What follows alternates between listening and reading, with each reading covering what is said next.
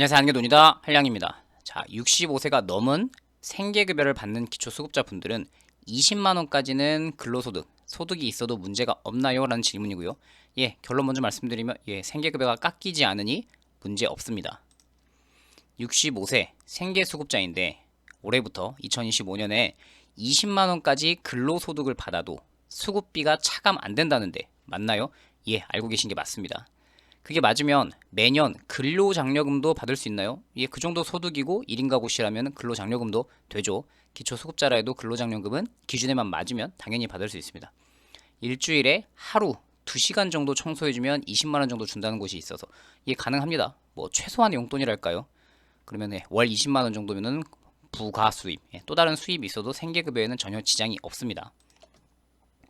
2024년에는 65세 이상 근로소득에서 30% 공제 이런 표현만 있었는데 2025년에 들어오면서 65세 이상 근로소득 사업소득에서 20만원을 공제하고 표현이 바뀌었죠. 2024년에는 아무런 표현 없이 그냥 30%만 공제한다 라는 것만 써 있었는데 20만원을 먼저 공제하고 나머지에 대해서 30% 추가 공제. 그래서 무슨 말이냐, 20만원이 있다 그러면 20만원을 공제하고 라고 하는 표현이 있기 때문에 20만원 소득은 그냥 빼기 20만원을 하니까 정부에서 볼 때는 아무런 소득이 없는 0원으로 판단하게 됩니다. 그래서 뭐 노인 일자리 한 27만원 하시는 분들 뭐 아니면 30만원 이런 적게 버는 소득의 경우에는 아예 없는 소득으로 판단받기도 해요. 그럼 예를 들면 40만원 소득은 어떻게 판단하냐, 먼저 20만원을 한번 뺍니다. 그러면 20만원이 남죠. 거기다가 30%를 추가 공제 한 번 더 빼준다고 했으니까 0.7을 곱해서 27에 14만원. 그래서 나는 실제로 40만원의 소득이 생겼지만 정부에서 볼 때는 14만원의 소득이 있는 사람이다 라고 봐서 생계급여가 14만원만 깎입니다.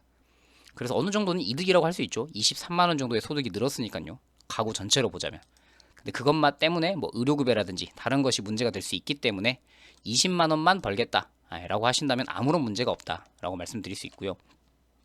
근로장려금도 당연히 기초수급자라도 받을 수 있죠. 그래서 제 채널명 아는 게 돈이다 근로장려금으로 검색을 하시면 많은 내용을 올려드렸습니다. 수급자가 어떻게 근로장려금을 받나? 예, 근로소득이 있으면 수급자도 당연히 받을 수 있고요. 생계급여가 혹시나 깎이나 근로장려금을 받게 되었을 때 전혀 깎이지 않죠. 일회성으로 받는 돈에 대해서는 근로장려금, 자녀장려금 이런 걸 받아도 안 깎입니다. 근로장려금 받아도 문제 없다 이런 것도 자주 올려드렸었죠.